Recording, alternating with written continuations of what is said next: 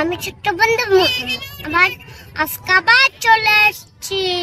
হা হা, ইচ্ছে করছে আজকে আপনাদের শোনাবো।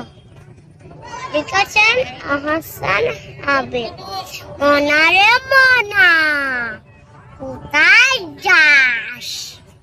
বিলের ধারে কাটবো ঘাস। গাছ কি হবে বেচবো কাল। চিকন সুতোর কিনবো জাল। জাল কি হবে নদীর বাঁকে। মাছ ধরবো ঝাঁকে ঝাঁকে। মাছ কি হবে বেচবো হাটে।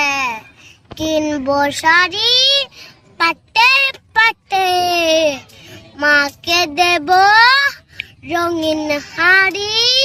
বোনকে দেব পাটের শাড়ি।